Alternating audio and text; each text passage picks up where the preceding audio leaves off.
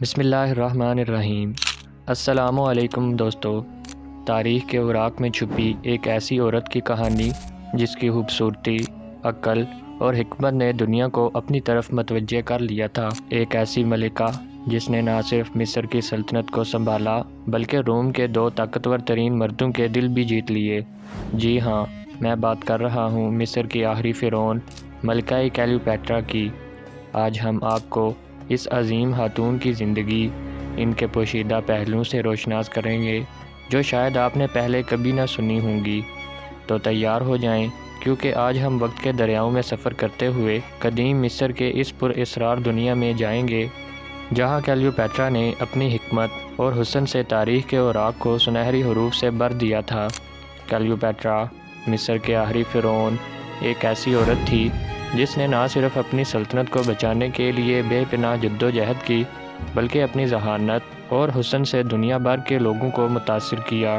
اس کی کہانی محض ایک ملکہ کی کہانی نہیں بلکہ ایک ایسی خاتون کی داستان ہے جس نے اپنی قسمت کو خود لکھنے کی کوشش کی۔ لیکن اس سے پہلے کہ ہم کلیوپیٹرا اور اینٹونی کی محبت کی کہانی جانیں، آئیے جانتے ہیں کہ کلیوپیٹرا کون تھی اور اس کی زندگی کے ابتدائی حالات کیا تھے۔ کلیوپیٹرا ساتویں، جسے ہم عام طور پر کلیوپیٹرا کے نام سے جانتے ہیں، مصر کے بطلیموسی خاندان کی آخری فرعون تھی۔ بطلیموسی خاندان دراصل میقدونیہ کے سکندر اعظم کے ایک جنرل بطلیموس کی اولاد تھا جس نے سکندر کی موت کے بعد مصر پر حکومت کی۔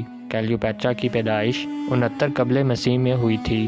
وہ ایک انتہائی ذہین اور تعلیم یافتہ خاتون تھی جس نے نہ صرف مصری زبان بلکہ یونانی، لاطینی اور دیگر کئی زبانوں پر عبور حاصل کیا تھا۔ کلیوپیٹرا کو بچپن سے ہی حکومت کرنے کی تربیت دی گئی تھی۔ اس کے والد بطلیموس 12ویں نے اسے اپنا وارث بنایا، لیکن جب وہ 18 سال کی تھی تو اس کے والد کا انتقال ہو گیا۔ اس کے بعد کلیوپیٹرا اور اس کے چھوٹے بھائی بطلیموس 13ویں نے مشترکہ طور پر حکومت سنبھالی، لیکن یہ شراکت داری زیادہ دیر تک نہ چل سکی۔ کلیوپیٹرا ایک طاقتور اور خود مختار حکمران بننا چاہتی تھی، جبکہ اس کا بھائی اسے پس پردہ دھکیلنے کی کوشش کر رہا تھا۔ یہ وہ وقت تھا جب روم کی طاقت دنیا بھر میں پھیل رہی تھی۔ جولیس سیزر روم کا ایک طاقتور جنرل اور سیاست دان مصر میں اپنے دشمنوں کا پیچھا کرتے ہوئے اسکندریہ پہنچا۔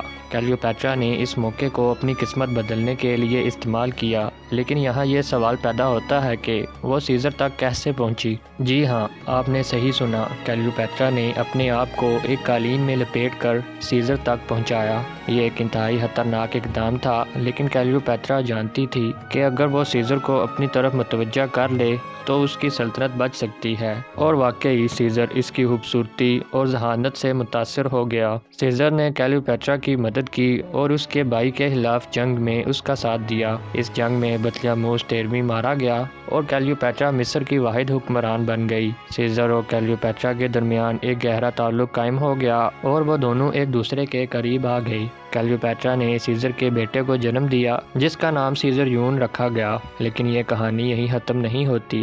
جولیس سیزر کی موت کے بعد روم میں ایک اور طاقتور شخص سامنے آیا اور وہ تھا مارک اینٹونی۔ اینٹونی روم کے 3 حکمران میں سے ایک تھا اور اسے مشرقی صوبوں کی ذمہ داری سونپی گئی تھی۔ کلیوپیٹرا جانتی تھی کہ وہ اینٹونی کو اپنی طرف متوجہ کر لے تو مصر کی سلطنت کو محفوظ رکھ سکتی ہے۔ کلیوپیٹرا نے اینٹونی کو ایک شاندار جہاز پر مدعو کیا جہاں اس نے اپنی پوری شان و شوکت کا مظاہرہ کیا۔ اینٹونی اس کی خوبصورتی اور حکمت سے متاثر ہو گیا اور دونوں کے درمیان ایک گہرا رشتہ قائم ہو گیا۔ یہ رشتہ محض سیاسی نہیں بلکہ دونوں ایک دوسرے سے سچے دل سے محبت کرنے لگے تھے۔ اینٹونی نے کلیوپیٹرا کے کئی سال گزارے اور ان کے 3 بچے بھی ہوئے، لیکن یہ محبت کا سفر آسان نہیں تھا۔ روم میں اینٹونی کی دشمنی نے اس کے خلاف سازشیں شروع کر دیں اور آخرکار اینٹونی اور کلیوپیٹرا کو روم کی طاقت کے سامنے سر جھکانا پڑا۔ جنگ اکتیم میں اینٹونی اور کلیوپیٹرا کو شکست ہوئی۔ اینٹونی نے خودکشی کر لی اور کلیوپیٹرا کو روم کے نئے حکمران ایکٹوین کے سامنے ہتھیار ڈالنے پر مجبور کر دیا، لیکن کلیوپیٹرا نے اپنی آزادی کو کبھی قربان نہیں کیا۔ اس نے ایک زہریلے سانپ کے کاٹنے سے خودکشی کر لی اور اس طرح مصر کی آخری فرعون کی موت کے ساتھ ہی مصر کی آزادی بھی ختم ہو گئی۔ کلیوپیٹرا صرف ایک خوبصورت چہرے والی عورت ہی نہیں تھی بلکہ وہ ایک انتہائی ذہین اور حکمت والی حکمران تھی۔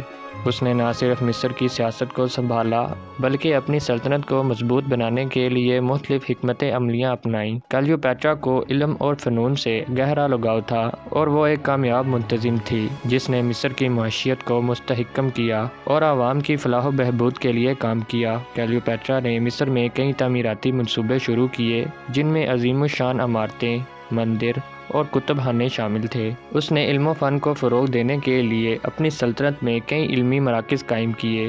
کلیوپیٹرا خود بھی ایک عالمہ تھی جس نے طب، فلکیات اور ریاضی جیسے علوم میں مہارت حاصل کی تھی۔ کلیوپیٹرا کی خوبصورتی کے قصے آج بھی مشہور ہیں، لیکن کیا آپ جانتے ہیں کہ اس کی خوبصورتی کا راز کیا تھا؟ کلیوپیٹرا اپنی جلد کی حفاظت اور خوبصورتی کے لیے قدرتی اجزاء استعمال کیا کرتی تھی۔ وہ دودھ سے غسل کرتی تھی جس سے اس کی جلد نرم اور ملائم رہتی تھی۔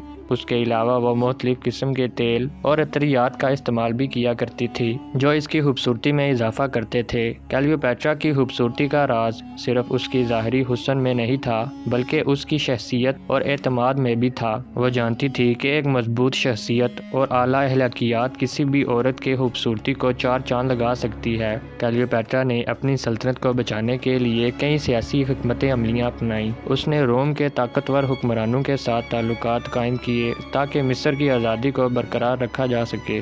کلیوپیٹرا جانتی تھی کہ روم کے طاقت کے بغیر مصر کا وجود خطرے میں پڑ سکتا ہے، اس لیے اس نے جولیس سیزر اور مارک اینٹونی جیسے طاقتور افراد سے تعلقات قائم کیے۔ کلیوپیٹرا نے اپنی حکمت عملیوں کے ذریعے مصر کو کئی سالوں تک محفوظ رکھا، لیکن آخرکار روم کی طاقت کے سامنے مصر کی آزادی ختم ہو گئی۔ کلیوپیٹرا کی موت کے ساتھ ہی مصر روم کا ایک صوبہ بن گیا اور بطلیموس خاندان کا خاتمہ ہو گیا۔ کلیوپیٹرا کی موت کے بعد بھی اس کی میراث آج تک زندہ ہے۔ وہ ایک ایسی عورت تھی جس نے اپنی ذہانت، حسن اور حکمت سے دنیا کو متاثر کیا۔ کلیوپیٹرا نے اپنی قسمت کو خود لکھنے کی کوشش کی اور اپنی حکمت اور حسن سے تاریخ کے اوراق کو سنہری حروف سے بھر دیا۔ تو دوستو، یہ تھی کلیوپیٹرا اور اینٹونی کی محبت کی کہانی، ایک ایسی کہانی جو آج بھی ہمیں یہ سبق دیتی ہے کہ محبت اور حکمت کا کوئی بدل نہیں۔ اگر آپ کو یہ کہانی پسند آئی ہو تو ویڈیو کو لائک کریں، چینل کو سبسکرائب کریں اور اپنے دوستوں کے ساتھ شیئر کرنا نہ بھولیں۔ اللہ حافظ۔